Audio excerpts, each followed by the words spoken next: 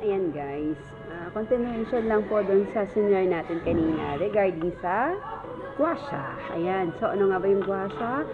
Ito po ay ginagamit natin pang scrape sa ating katawan, anywhere in our body.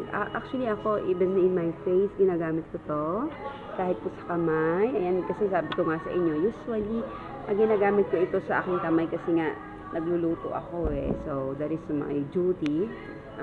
Sa pagluluto. Kaya po, usually, mayroong pangangalay ng kamay. But anyway, I am trying to, because I'm a therapist as well. So, of course, sinetherapy ko yung sarili ko. Yan. Okay. So, pag ginagamit ko po itong gua sha, ito pang scrape, gumagamit po ako ng oil. Or if I don't have oil, gumagamit ako ng lotion. Ayan. So, this is not sponsored. Yan. So, ayan yung guys. Saan nga ba to pwedeng gamitin? At ano nga ba talaga ito? Ayan. So, according to the TCM, ayan, yung gua sha or scraping. Gua means scrape and sha refers to the red marks that appear from scraping indicating stagnation is being released. Ayan. So, ang purpose po nito is tanggalin yung stagnant or yung sinasabi natin parang namuong laman or muscle doon sa ating katawan. Kaya nga po nagkakaroon ng pagbagal ng sirkulasyon ng dugo. Kasi nga may nakabara. Ayun. So, ang purpose nito, paluluwagin niya yung bara. Okay? So, that is according to the DCM. Ano po?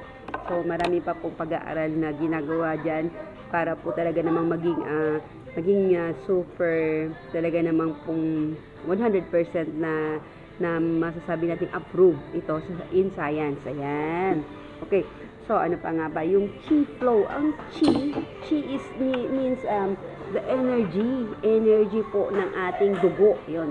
So, chi means flow or ki. Sometimes it called ki, or sometimes it called chi. It depends upon po sa pagbigkas ng tao. Okay po. So, yun po ay energy sa ating dugo. Chi. Yan. Chi flow.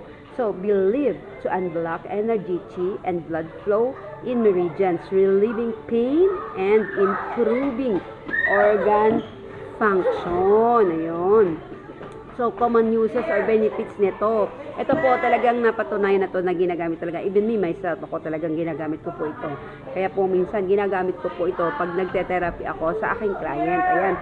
So, reduces muscle stiffness and tension. Yan yung, diba minsan parang may namumuong laman-laman dyan sa ating balat, sa ating, kung saan, minsan sa binti, minsan sa kamay, minsan sa balikat. Ayan. So, ginagamit po natin ito. So, paano nga ba? Dahan-dahan lang po ang paggamit ito. Ayan, ganyan siya. Ganyan siya. Ayan. So, dahan-dahan, konting pressure. Ayan. Okay po. Pwede sa skin. Can brighten skin, improve elasticity, and reduce acne by promoting lymphatic damage. Ayan. So, nakakatulong din pala ito sa may acne, pero ako hindi ko ginagamit ito sa may acne, no? Sa katawan lang, sa pag nagte-therapy lang po ako ng katawan ng tao, yun po yung ito po yung ginagamit ko minsan. And for relaxation, of course, napakalaki po na naitutulong nito sa pag-relax ng ating katawan ng kaya nga naman pagka ginamit ko to sa akin, so talaga nga namang I feel so relaxed. Ayun.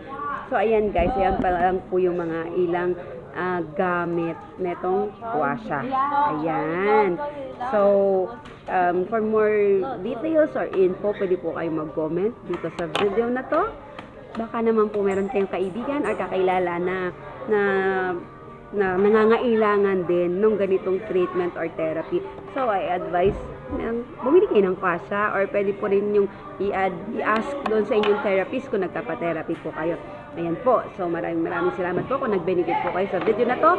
Pa-heart, share, and comment. Thank you. To God be all the glory. Ako po ulit si Vincent. Salamat po.